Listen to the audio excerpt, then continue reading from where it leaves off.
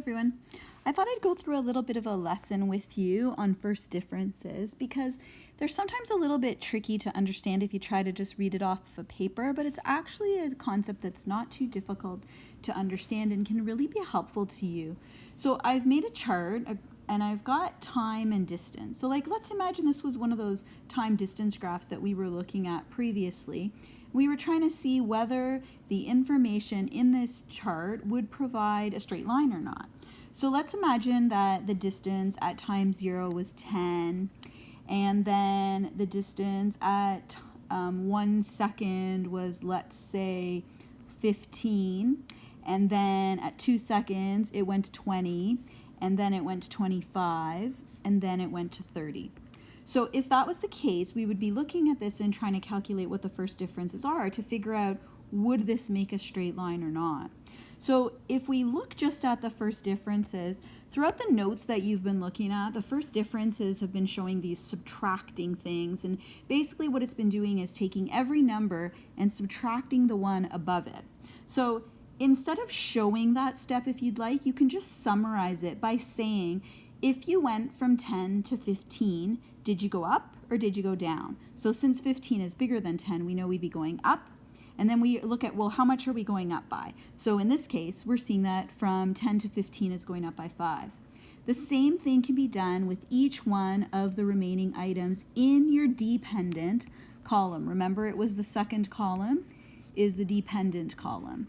So we look at the values in the dependent column to figure out what the first differences are.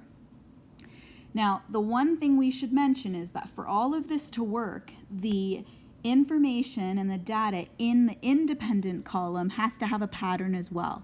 So if we look over here, we can see, yep, each time this side or the independent side is going up by 1. So because all of those numbers are the same, we know that we're able to do the first differences and that they're going to work out properly. So if we continue with going from 15 to 20, we see again that's going up and it's going up by 5. From 20 to 25, we're also going up by 5. And finally from 25 to 30, yep, still going up by 5. So now it's here where the first differences come into play. These guys are the first differences, and all they do is they tell us what is the dependent variable doing. Are they increasing? Are they decreasing? And are they going up by the same amount or not? When the first differences turn out to be all the same, like they do in this case, then we can conclude that if we were to put this information on a graph, it would be linear, meaning it's going to be a straight line. Now, one other important thing that you might want to note is that when the first differences are positive, you'll know that not only will it be linear, but it will also be positive. So that's it about first differences. If the first differences are all the same, you're going to have a straight line.